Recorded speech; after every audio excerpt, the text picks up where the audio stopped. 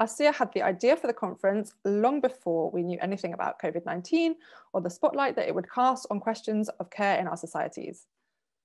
Some of us have run an informal reading and research group since 2018 called Gender and Working Lives, through which we have mainly read classic and contemporary texts on all dimensions of gender, work and care. We also previously held a one-day conference in 2019 to showcase early career research in this area. And over time, we've gained a modest following on Twitter. When the pandemic struck, our reading group moved online and we spent time theorizing gender, work and care in the context of COVID. It really felt like suddenly the world had caught up on so many of the things that we had already been thinking about. Shortly afterwards, we set up an online writing group to try to offset the many forms of isolation we were experiencing as we tried to continue with our studies at home and under lockdown. And we rapidly realized that one, frankly, gigantic benefit of this wholesale move online was the incredible community of scholars of gender, work and care around the world, to whom we were suddenly connected via Zoom. It felt really powerful, if slightly awkward, and we realized that this was an incredible opportunity to expand the reach of our conversations, particularly those relating to the Global South. ASIA was already planning a prescient conference on care, partially inspired by her work with Gender and Working Lives and partially by her work with the Caring Economies Network at LSE, which was formerly led by Bev Skeggs and is now run by Alpa Shah. And the rest, as they say, is history. So we are so excited to have you all here today and for the next couple of days. We will hear from both Alpa and Bev later in the conference, and a number of people that are involved with both Gender and Working Lives and the LSE Care Economies Group are also presenting later today and throughout the conference. So what I hope is clear is that this conference has come about through the intellectual endeavours of a number of people and groups, but brought together and stewarded, most importantly, by ASIA's fantastically capable hands and mind. So thanks to ASIA. This conference has many goals. Firstly, we wanted to make a space to theorise care in all its forms. And I'm not sure if you've looked at the conference programme in full yet, but I think it's safe to say we've achieved that. Secondly, we were really keen to draw attention to the varied registers of care around the globe and ask, how is care conceptualised, practiced and represented in different geographical, social, economic and political contexts? Thirdly, it was really important to us to solicit the participation of thinkers and scholars on a global basis. When we started planning, we weren't sure what the situation would be like for anyone when it came to the actual conference today.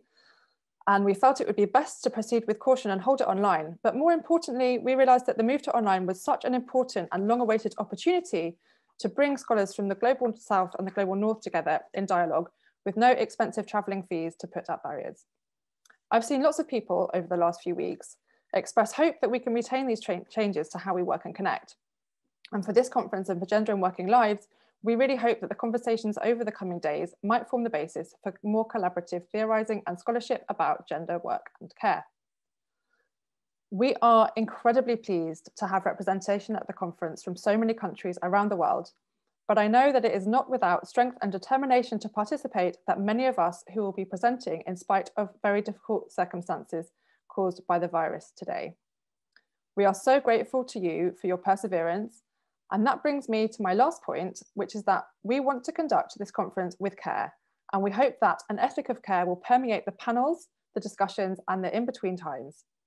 If you experience technical problems, please don't worry, because we're all in the same boat. And if a panel finishes early, please feel free to hang around and chat. We can't recreate, obviously, the dynamics of an in-person conference, but we really hope the way we formatted the panels and the main Zoom room might help us to connect with one another. And importantly, if you feel like you need to take a break at any point, please feel free to do that whenever you need to. We really hope to create an informal and supportive atmosphere across the 3 days. Now, let me introduce this fabulous early career workshop. The workshop is divided into 4 panels, and we are very lucky to have 4 members of the Care Collective chairing each panel. The Care Collective was originally set up as a reading group in 2017 to understand and address the crises of care. They have recently published a short, timely and urgent book with Verso Books entitled The Care Manifesto, which was published last year. And some of you might have come across it already, but if you haven't, we really encourage you to check it out. And if you are in the UK or Europe or anywhere, but postage obviously becomes a problem, it's currently 40% off at Verso for a few more days. So from the Care Collective, we today have Jo Littler, who is Professor of Sociology and Director of the Gender and Sexualities Research Centre at City University, Dr. Jamie Hakim, Lecturer in Media Studies at the University of East London, Andreas Hatzidakis, Professor of Marketing at Royal Holloway University, and Catherine Rottenberg, who is Visiting Professor in the Department of Sociology at Goldsmiths. Thank you all so much for joining us. So the format is that each speaker will have around 7 to 10 minutes to speak, and the sessions today differ from the rest of the conference in that I think everyone is speaking live. After the presentations, the chair will provide brief comments and then open up the discussion if time allows. We're really happy for these sessions to be informal and really encourage you to speak to each other's work within and beyond the sessions. I may have already said this, but in case I haven't, please turn off your videos and mute yourselves if you're not talking for the duration of the presentations. Use the hand raising function or chat if you want to ask a question, and when you're called upon, please unmute and speak. And finally, I encourage everyone who tweets to do so using the hashtag #CareAtCam and tag Crash Live. And I think again, the handle and that, I forgot what that's called, hashtag will be in the chat. Yes, we've already done that. And with no further ado, let me hand over to Jo, who is going to be chairing this first panel. Thank you so much, Jo. Thank you very much, Jules. Hi, everyone. I'm very happy to be here, and many congratulations to the organisers for putting on such a wonderful and far-reaching and important interdisciplinary event. So this first session in the early career workshop, we'll be thinking about a really broad range of topics, including care, crisis, commodification, emotions, and war. So the session runs for an hour between 11 and 12, and we have 3 wonderful speakers. Firstly, Rosie Harrison from Lancaster University, who's going to be talking about people, not tasks, how carers challenge the commodification of care. Secondly, we have Giacomo Lampredi from the University of Florence, who's going to be talking about care, emotions, and globalization in meshwork theory. And then thirdly, we have Meg Roberts from Cambridge, who's going to be talking about care and crisis in the American Revolutionary War. So each speaker will have around 10 minutes to speak, after which we'll have a Q&A. We do have a little bit more flexibility than we originally thought, timetable, so there's more time for discussion. So do think about what questions you have whilst people are talking, jot them down. You can always write questions in the chat if you want, we'll come back to them later.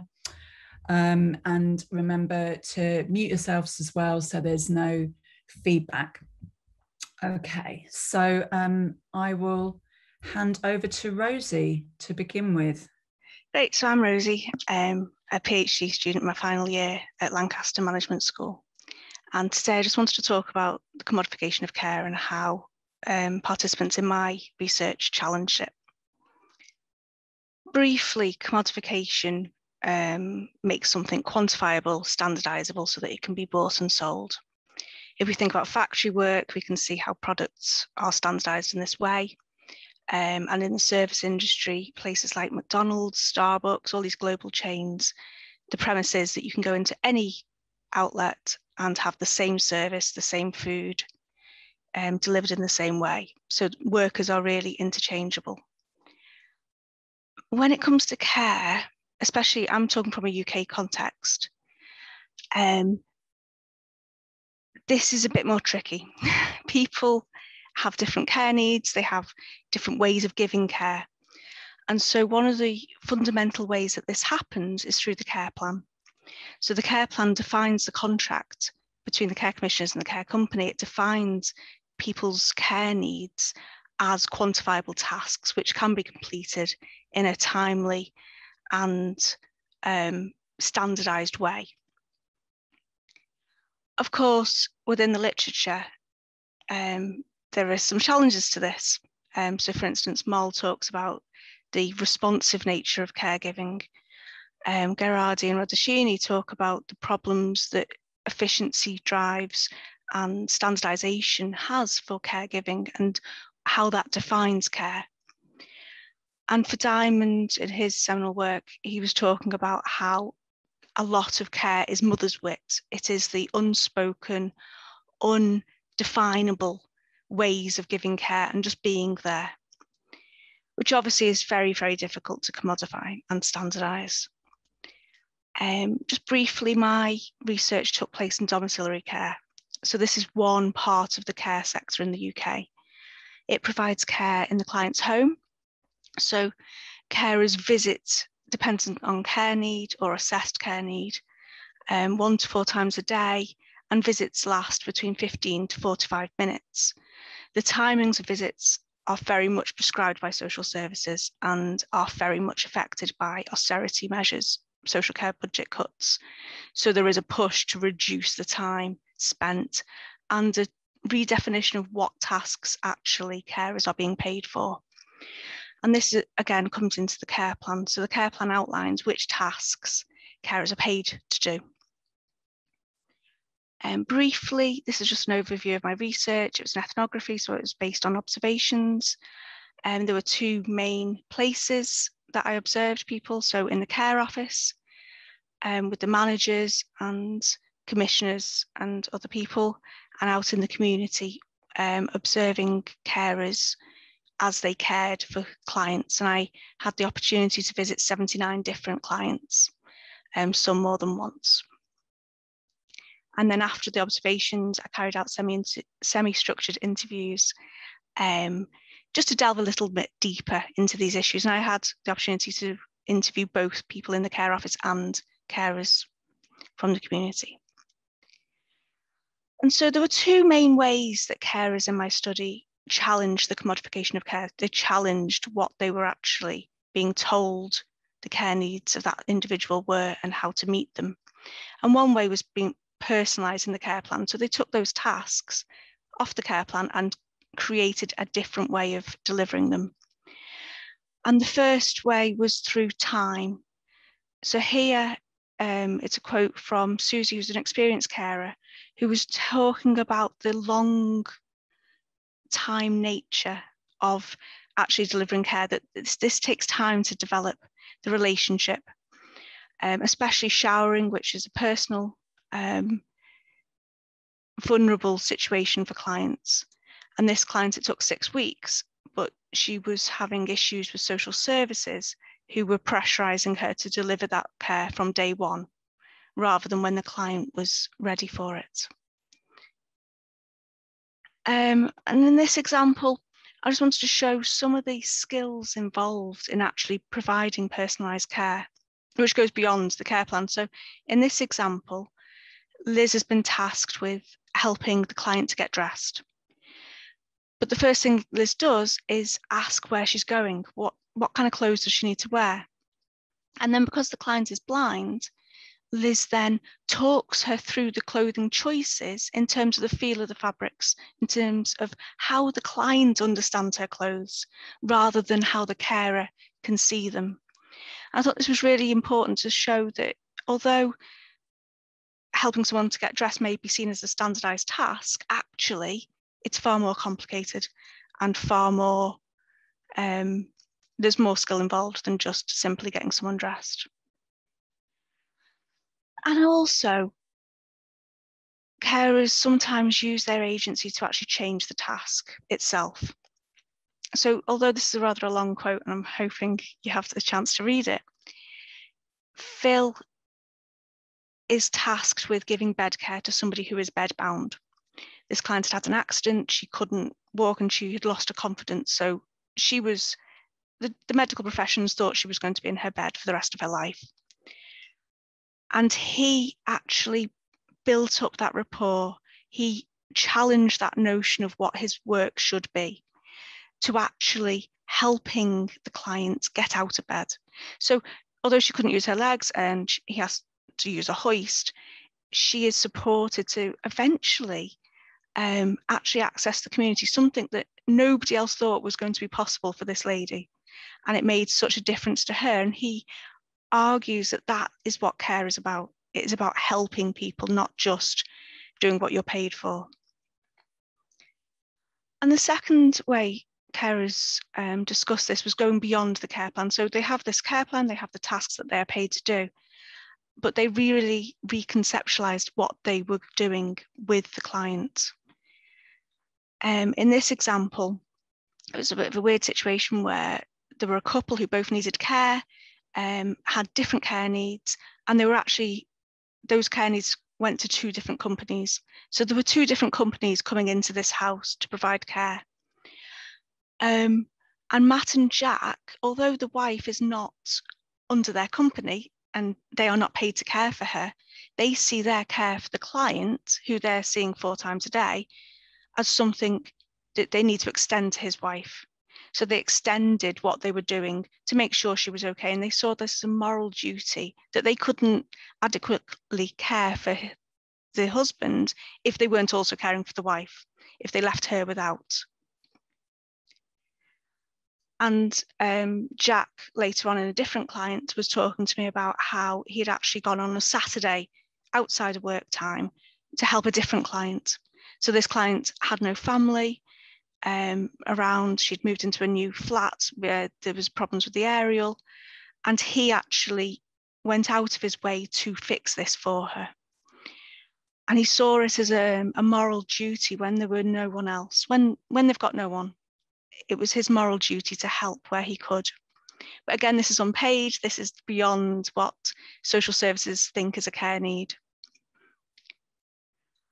And sometimes it's more quoted. So Kerry, although nipping back with milk doesn't seem to be a very big deal, it actually really challenges what clients need and how their needs are being defined within the care industry, within commodification.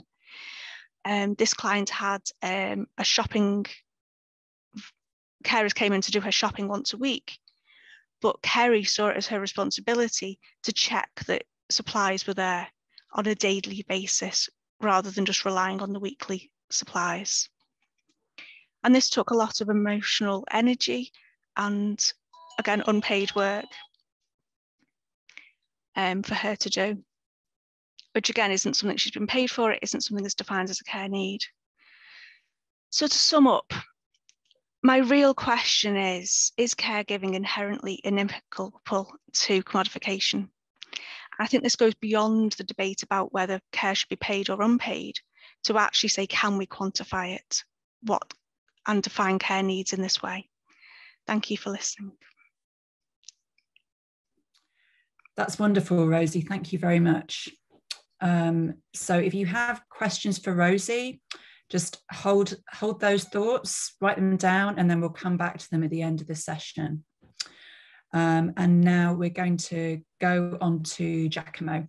Good morning. I'm Giacomo Lampredi, PhD student in Social and Political Change at the University of Turin and Florence.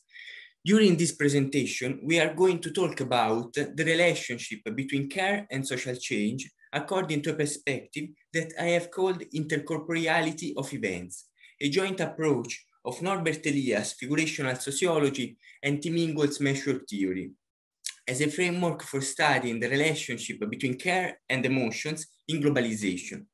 So let's try to imagine people not as blobs, gestalts, or points in space from which actions on the world develop and spread out, but let's try to imagine the person as a line. And when the lines meet each other, they intertwine and form a knot. Describing the living being as a moving line which extends and intertwines with other lines means studying closely the ways in which these lines respond over time. The lines are their history, which coincide with the history of their intertwining, the meshwork, and coincide with the signs that events have left on this intertwining. If you broaden our gaze to the wider social life, the result is an immense picture made of lines that cross and extend in billions of different directions, sometimes joining again with the lines they met in the past, other times tracing new ones, routes completely changing direction. So how can we conceptualize and empirically study these processes as intricate, fluid, and spiteful as the creatures described in Alice in Wonderland, taking the correspondence between lines as the privileged unit of analysis rather than focusing on single line. We can say that the life of the lines has three formal characteristics. They are processes, they are dialogical, and they are open-ended. Describing life as a verb means describing it as a movement, and in particular as a movement in correspondence with other movements. Correspondences that form node are reciprocal remarriage between lines, which adapt and co-evolve thanks to reciprocal movements. Correspondence is therefore a double process of circular response: affection, emotion, impression, expression, attention, and its response. Affection, understood as the ability to be affected, touched, moved, requires a response, emotion. All the intertwining of the world is based on attention and the response that follows. Sometimes social institutions can codify this response. Other times, they are completely untangled. What could this epistemological position tell us about the social life of care? Classically, starting from the feminist philosopher John Tronto, the phases of care process as four and divided as follows: attentiveness, responsibility, competence, responsiveness, and recently, caring with. Within line theory, these phases are indistinguishable and impossible to observe separately. They are compressed in one process, correspondence. It is within this process that the lines are manifested attentive, affective, and reactive, corresponding to others and to things in a new way of understanding the care of the world. The lines collaborate and struggle in order to maintain their word and the recursivity that we usually call habits, regularities, traditions, and rights. All global problems are problems that concern the maintenance or dismemberment of lines, nationalism, where lines that come from another order are excluded, climate change, destroying other form of life, other lines, lifestyle, negotiation on the relationship and the ways in which the lines must match together, veganism, queer movements, environmentalism, and all the worldviews that regards the ways in which lines can grow and stick together, based on what we have traditionally called identity. I propose three alternative concepts to describe how this kind of relational belonging can emerge from the world of lines and care. Affect ability, as the ability to remain affected and be touched by someone or something. Response ability, as the ability to respond to what touches us, to move toward what moves us. And sustain ability, to establish and sustain an interactive pattern between affect and response that is somehow recursive in time, capable at the same time of sustaining our identity and our world. Or perhaps it is better to say supporting our identity through the sustainability of our world and our responses to it. These phases are circular in nature, cannot be separated. Each culture has its own codified attention and response, and in the global age, we are seeing a multiplication of the object and ways in which our attention is captured and we respond to it. My ongoing research shows that the relationship between affectability and responsibility, the correspondence for a specific social problem, depends on the whole ecology of care relationship in which people, the correspondents, are immersed. The social theory of Norbert Elias explains this relationship between relationship using concepts such as informalization, democratization, and lengthening of the chains of interdependence. The elements to which people have to respond become more numerous and qualitatively different, and requires a relaxation of behavioral codes to obtain more flexibility.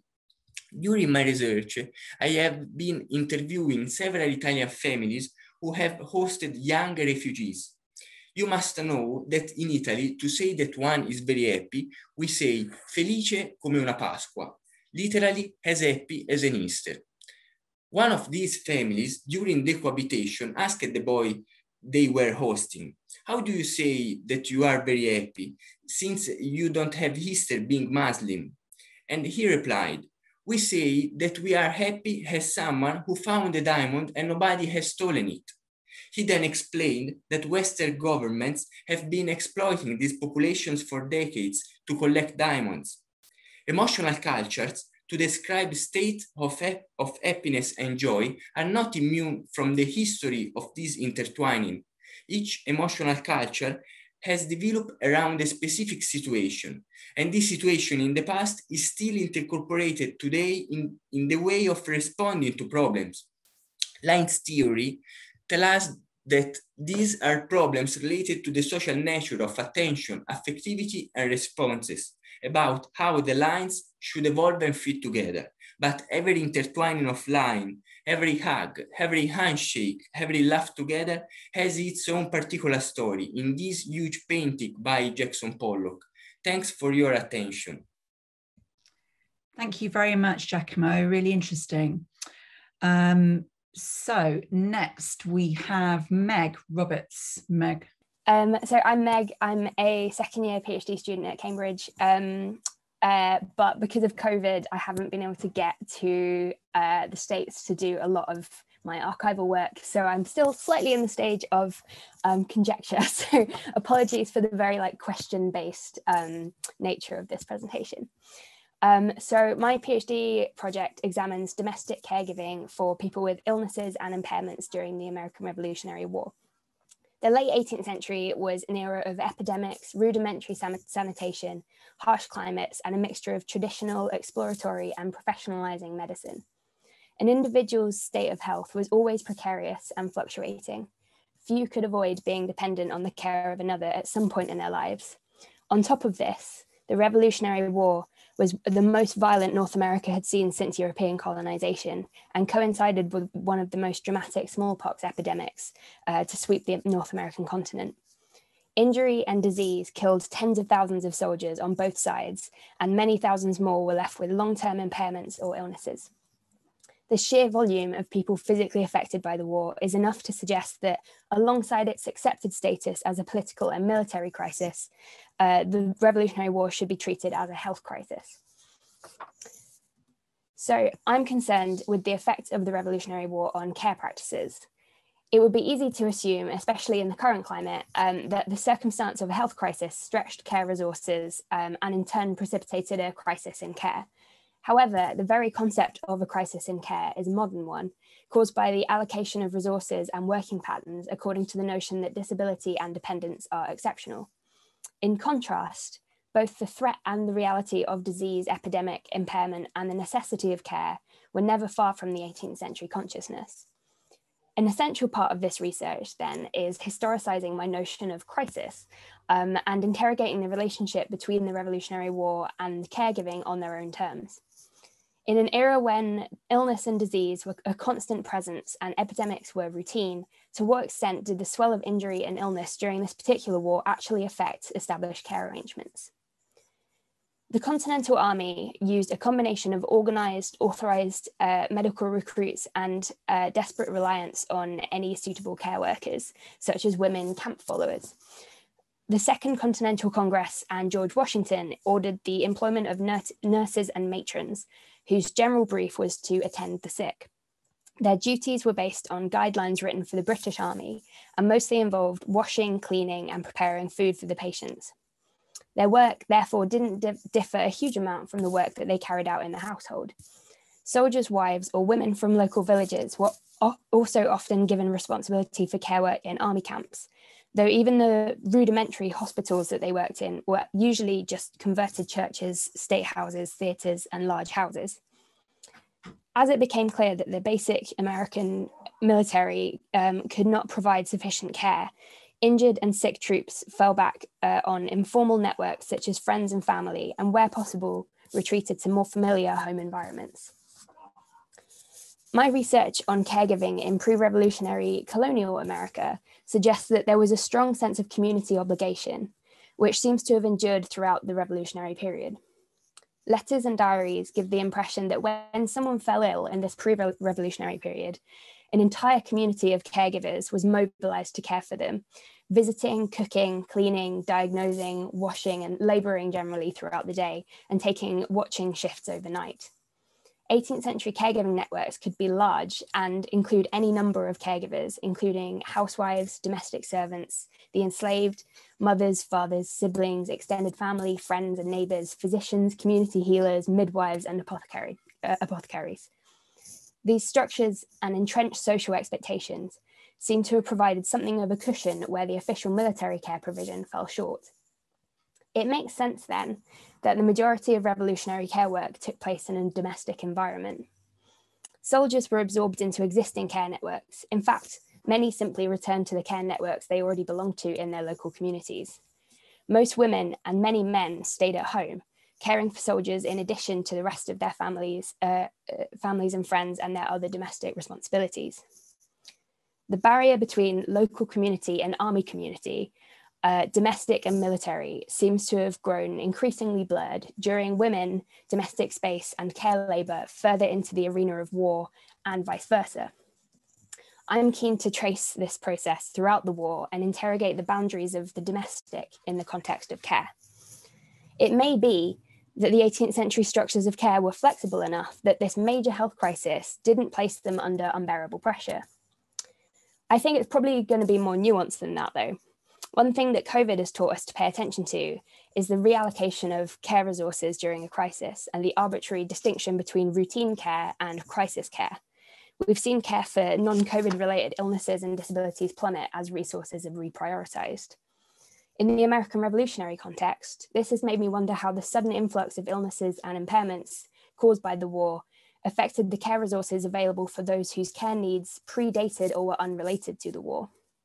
Early Americans knew all too well that they were extremely vulnerable to the multitude of diseases that regularly struck their communities, and many were already living with impairments, illnesses, or age-related dependencies. So there's one really interesting example, I think, of in Philadelphia, the almshouse that's sort of set up for people with additional care needs and living in poverty. It's a sort of government and charitable structure set up for them. During the years of the war, the existing residents of the almshouse get kind of kicked out and have to be picked up by local families because they need the premises of the almshouse to house the army soldiers. So I think that's an area that I really want to dig into and sort of tease out what exactly of a nuanced effect the kind of stretched care resources had. So just a quick note on sources. As is clear from my inability to make any firm conclusions, I haven't been able to get to see the main bulk of my manuscript sources yet, but I've been looking at digitized diaries and letters from the revolutionary period, predominantly written by women or those involved in the medical care of soldiers in the army. Elizabeth Drinker, a Quaker Philadelphian, was my starting point as she writes extensively about the illnesses that she, her family and her community suffer throughout and beyond the revolutionary period. I'm also cross-referencing these accounts with the medical advice literature that was proliferating at the time, as well as family recipe books that had remedies and care instructions passed down generations. I'll also be looking at Revolutionary War pension applications that were written after the war, sort of backdating the effect of the war on individuals. But many of the more mundane or unpleasant aspects of care labour are not mentioned in the written sources. A large proportion of 18th century caregivers were domestic servants or enslaved women of colour who have left little textual trace. Their stories become more tangible when examining objects like bed warmers, chamber pots, bedpans, feeding boats, aprons, the remains of privy pits, and as do the embodied realities of those that they cared for. So as a result, material culture is going to be a huge part of this project, and it's been slightly easier to incorporate this at this stage because quite a lot of museum catalogues are quite detailed. So there's some examples here of what I've been trying to put together to piece together how someone would look after someone with a fever or some other disease, the kind of recipes that they were looking at to create a purge, and then the pap boat that they would use to feed them, and then the bedpan that they would use to sort of facilitate the results of a purge. And then I'm going to be looking at sort of archaeological evidence from the privy pits that were excavated in Philadelphia. So normally when I'm talking about my research, I'm trying to convince a group of American historians that caregiving deserves a place within the already packed historiography of the American Revolution. I guess here I'm coming from the opposite angle. Looking at the late 18th century, I think, gives us a really interesting insight into what care looked like just before the growth of institutional and government-directed care structures during the 19th century. The American Revolutionary War specifically is a fascinating example of a health crisis that isn't really remembered as a health crisis. So when I can fully get stuck into the manuscripts, I'm excited to try and tease out exactly how the war interacted with what seems to have been a fairly accommodating and capacious community-based structure of care practices. Thank you very much. Wow, that was wonderful. Thank you, everyone. Really good panel, really interesting, diverse, lots of things to talk about. So my brief is to say a few words on the papers, to talk about what it made me think of and ask a couple of questions, and then we'll turn it over to the floor. So think of your questions or write them in the chat. But yeah, it was a fascinating panel. Do you want to come on back on to the video speakers? That'd be lovely. Thank you. Great. So yeah, so I mean, it made me think of so much. It's hard to know where to start, but I guess Meg, your paper is very clear account of, for me at least, of how commodification of care doesn't work, and also a way in which you provide a really clear sense, I think, of how the shrinking of needs is working in practice through policy, through neoliberal policies of the commodification of care, and also how resistance takes many forms, you know, even if people aren't conscious of it or have different vocabularies for it, or, you know, parlay it in different languages. It's, even if it's not framed in a political way, you know, I think that what your account really brings out, the kind of multiplicity of different dimensions of resistance. And Giacomo, I thought it was really interesting how you emphasize care as a verb, a doing word, as my daughter would say, one which is, you know, really important way of thinking about the live nature of care, its complexities, its relationality, how it's always in motion, how it's always part of different specific emotional cultures and ecologies that are cross-cut by different social, political, national contexts, geographical contexts. And then Meg, it's such a kind of interesting account of the historicization of care, and make me think about how, you know, we have kind of longer genealogies of care, aren't there, which your work is contributing to so interestingly, and how care has this potential to be a cross-cutting concept, you know, which is a kind of both a great strength and it's, you know, a difficulty, isn't it, of the word. So I really liked how you brought out the difference between routine care and crisis care, which seems, like you said, an important paradigm to use today. And I thought it was interesting, you know, how your work is really interdisciplinary. And I guess there are, you know, kind of precedents for that everywhere, aren't there? In 18th century studies, it made me think of, you know, the kind of interesting work I read 20 years ago or so on, like the, you know, the history of medicine, and Ludmilla Jordanova's work and John Barrell's work on politics and culture, and how care seems to have that kind of potential for interdisciplinarity in a similar way. So I've got a few questions. Yeah, I wondered, Meg, I'll ask you a question each, maybe, and then we'll open up. So, so Meg, I wondered if you would think of your work as kind of history from below, and whether bringing care into that kind of popular history from below is something you think hasn't been done enough or not? Yeah, that's a really good question. I think definitely, and I think by necessity, really. I think what's been done already is this kind of like, yeah, history of medicine, history of physicians, and because I'm looking quite closely at Philadelphia, there's a huge amount written on how medicine and medical care progressed in the kind of professional sense, but there's not the huge gap is looking at actually what care labor involved and who was doing that labor.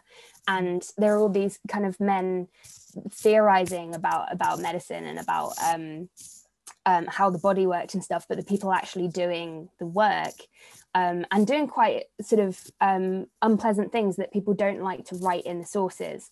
So it's that they're all kind of particularly women of color, in several different areas of the United States. It's still enslaved women, and I think that's definitely a history of below. Like, I'm definitely coming to it from that lens, because I'm trying to sort of recreate a history which hasn't really, like, it's not been written about in the literature, but it's also not really been written about in the sources, because quite often the kind of elite women like Elizabeth Drinker, whose diary I'm reading, she will talk about her sort of care, like her care for her children, but she's still quite an elite woman.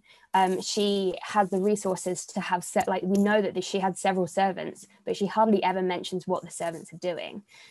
So I've been trying to sort of recreate those processes and being like, if Elizabeth Drinker said we purged Henry, her son, so purging involves, it's very gross, it involves so much kind of physical care and like fetching and carrying water and medicines and sort of herbal medicines, and then the result of it is very gross and involves like sort of emptying bed pans, and sort of that wasn't an easy process in the 18th century. They would have had to travel to the Privy Pit, and like it's all very like kind of recreating the physical labor is very much something that I think is like, you have to approach that as the history of below, and like have to be more imaginative in how you recapture some of those experiences, because it's not something that the usual sources that we're reading talk about. So yeah, in that sense, I think like definitely it's just made me have to be more imaginative. And as you were saying about interdisciplinary kind of approaches, I think that's almost by necessity, like, because there just isn't a way. If I want to tell the story of caregivers, I can't do that just by looking at written sources, because it would be predominantly conjecture, and yeah, I think material culture is one way of trying to sort of retrace some of those experiences that that the caregivers themselves didn't get to write about, and the people that were kind of above them in status didn't sort of deign to write about their experience. That's brilliant, thank you, and thanks for bringing out the intersectional nature of whose history gets reported as well. So Giacomo, I think it was really great how you brought out different emotional cultures of care in terms of language, and I was wondering, presumably that's the case for not caring. Is that something you look at as well, the kind of specificity of not caring? Yes, this approach is based on the theoretical base on which study care. The care, according to this approach, is a correspondence between affect and response through the sustainability of the situation. These involve also the social composition of the situation and its history, its political belief, its moral values, and so on. Through this point of view, the correspondence between this part of care process are immersed and are embedded in the social composition and the social problems. The empirical strategies is connected to that. That's great, thank you very much. And then Rosie, I was going to ask you what you think the implications for policy are of your work. Yeah, I think there is a real danger at the moment with the social care acts that have now been pushed back again. The Queen's speech didn't address the social care. This has been, we should have had a new act in, I think it was 2016, but it was pushed back because of Brexit and then obviously everything else. There is a real danger that when you prescribe care needs as something that can be quantified, that people aren't actually cared for adequately because it's not capturing everything that goes into what somebody needs.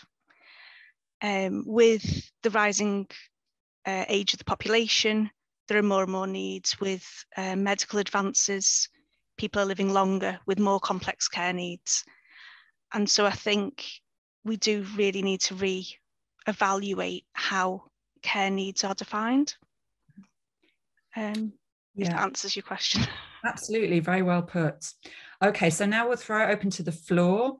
I can see there are a few questions in the chat, some of which have already been answered, such as the speed of our speakers. So I'll just, I think to start with, I'll go to the hands that are up and then come to facilitating the chat bit in a minute. So firstly, Eliska, would you like to speak your question?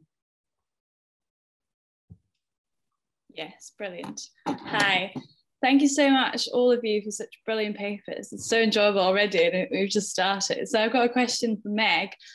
And what a fascinating paper. I'm looking at 18th century care as well, and I'm kind of looking at the verge of 18th and 19th century bust in Britain. And what I was interested is whether you're seeing this sort of tendency of this creation of a binary between sort of caregiving and medical care, which is something that's so potently kind of visible for me in the British context. So I just wondered what the parallel would be in the colonial context and then the American context as well. Yeah, that's great. Thanks. I'm going to take a couple of questions, Meg, if that's all right. Yeah, just of course. try and squeeze in everyone. Paras, do you want to go next? Yes. Hi. My internet's not really good, so I'm not going to turn the video on, but thank you so much to all the presenters for truly exceptional work. My question is for Rosie. Now, given that some of your interlocutors talked about a sense of moral duty towards their care receivers, I was wondering if you have thought of extrapolating where those moral and ethical commitments are coming from. Of course, in certain contexts, it could be kinship obligations or religion, but in this context, of course, in the case of the market, where exactly do these ethical and moral commitments come from? Because one can think of it as a moment of caregiver being selfless, but if they're extrapolated properly, one can actually see how care really is all about the self of the caregiver, how perhaps it's linked to the notion of moral personhood, whether the caregivers are trying to become a better person by being there for their care receivers, or often the logic might be of a barter, that they want to be better caregivers to these receivers so that in the future, when they need care, they also get care more than what they're paying for. And that really, challenges our notions of against commodification. So yeah, I was just wondering if moral personhood is something that you're thinking about. That's great. Thank you, Paras. And I'm going to read a question for Giacomo as well to keep it even. So Giacomo, this is from Kai Roland Green. Your presentation had a lot of visual language. Have you worked with visualizing care in some form, or do you work with that in a primarily textual way? Thank you. Okay, so Meg first, do you want to reply? Yeah, absolutely. Yeah, that's a really good question. And it is definitely something that I've been kind of grappling with, because I think there's a huge amount of parallel with the UK. So with the growth of sort of the American medical community, I guess, there is absolutely this same kind of growing distinction between the kind of physician's medical care and the kind of community, the people that put in the hours, really. And I think that's something that it's really obvious in midwifery, especially. Laurel Thatcher Ulrich's book about Martha Ballard's diary is really kind of traces this change really well. And she kind of argues that the caregiving communities and the people that are there day in, day out, they stay around, and that kind of precedent that's sort of been built up in the colonial context, like doesn't, it's still there beyond, like far beyond the revolution. Meanwhile, the physicians are kind of getting all these ideas about their sort of superiority, and you kind of see the sort of community healers, like predominantly women, kind of getting a bit shirty with the physicians, but they do kind of work together in a kind of haphazard coalition, I guess, for a long period, and it's not really until the 19th century that that there is this kind of move into slightly more medicalized ideas about caregiving, and that coincides with the kind of in the like a few decades after the revolution, the kind of invention of the idea of disability as like a bureaucratic category, and the people that need disability pensions, it becomes it coincides with kind of medicalizing the idea of care needs, but it's all, I think the revolution is kind of the first stage of this transition in the American context. So I think it's all of the same processes that are happening in Britain, but it's slightly different things pushing them. And because medical practice is kind of developing at the same rate and the same discussions are happening. But it is very, like, there's a very strong sense of community care and like the actual physical day-to-day caregiving activities stay, and the people that are doing that stay pretty consistent beyond the revolution. Thank you, lovely. Rosie. Hi, sorry, I've been thinking about this. So yeah, they saw care as a moral duty. They saw it as their moral duty to care for the clients holistically. There wasn't any talk about it in terms of themselves. They weren't doing this because they wanted that in the future. It was more, it was quite political. They were saying, look, the commissioners aren't paying for what this client needs. I am providing what the client needs, and that is my moral duty. And it was more to do with their work identity as being a good carer. So there was a very strong definition of themselves as good carers who went the extra mile, who cared for people, compared to the bad carers who didn't, who just did what the tasks they were paid to do and did no more. And I think this comes into finding dignity in a job which doesn't have dignity in the workplace. It's seen as low skilled, it's seen as a natural thing for women to do. Interestingly, I had a few male participants in mine but they spoke of care in the same way as the female participants, which was about being this caring person rather than seeing it as a gendered thing. And it was that pushback against it being unskilled, saying, look, we are skilled, we are caring, and that's our moral duty to be like that, and to fight the system through our actions to make a difference for that person. If that makes sense. Yeah, no, that's really interesting, isn't it, in terms of how, you know, a bad carer is someone fulfilling the task of the job, and that says so much about the parameters of the job and how it's laid out. That's, yeah. And I think that's why it's seen as low skilled, because it's just focusing on the tasks rather than what goes into doing those tasks. Yeah, and being a good carer involves that self-exploitation. Yeah. Thank you. Giacomo.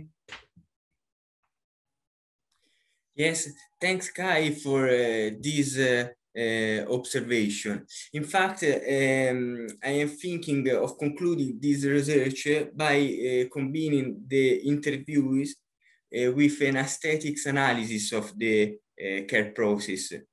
I am thinking in this period, before concluding the empirical part of my project. The empirical materials can be movies, series TV, and many aesthetics things. For me, in these phases, any advice is very useful, because this is a question that I'm thinking in this period. Great, thank you. Wonderful. So do we have any other questions that people want to voice? Any more hands? If not, I'll go to the chat, where we have a question from Hyojin Seo. And she says, thank you to all three presenters for sharing such fascinating work. Rosie, what do you think about the devaluation of care as labour? How it is considered to be low-skilled or unproductive? What's the way forward? Maybe you all three, if you have thoughts on that as well. But Rosie first. Yeah. For me, in a management school, it's very much, I see this very much in terms of it being gendered and being seen as the woman's responsibility. Obviously, COVID, we've been thinking about women taking on more caring responsibilities, both in the academy and in the home.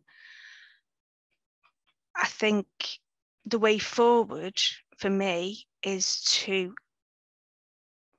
decommodify it in a way.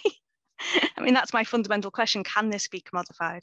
Can you do this? And I think it's having those discussions and talking about, especially as a society, what are we prepared to pay for?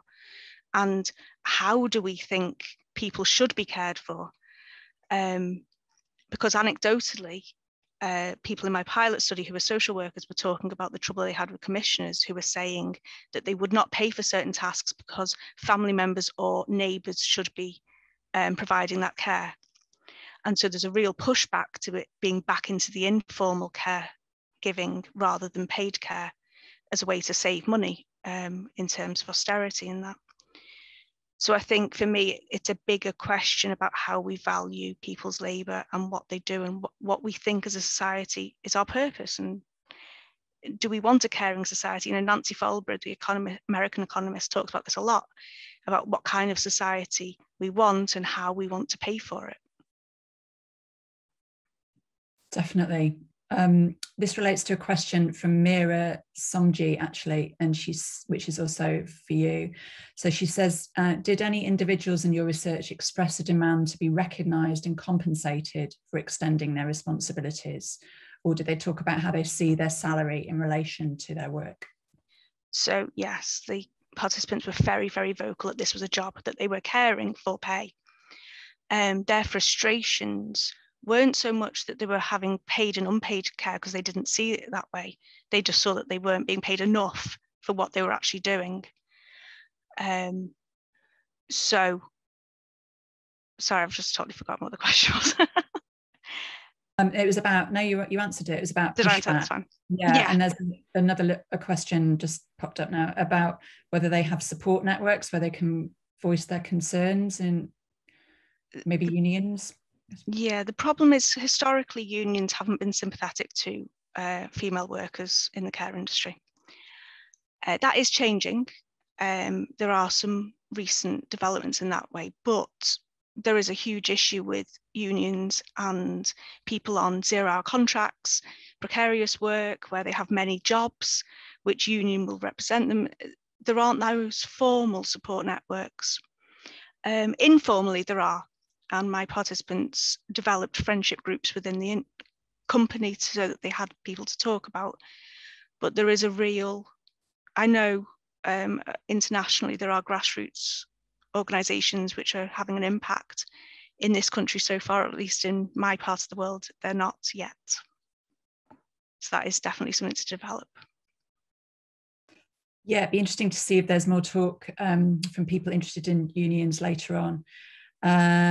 Great. So Meg and Giacomo, do either of you want to say anything about the kind of general devaluation of care, how that fits into your work?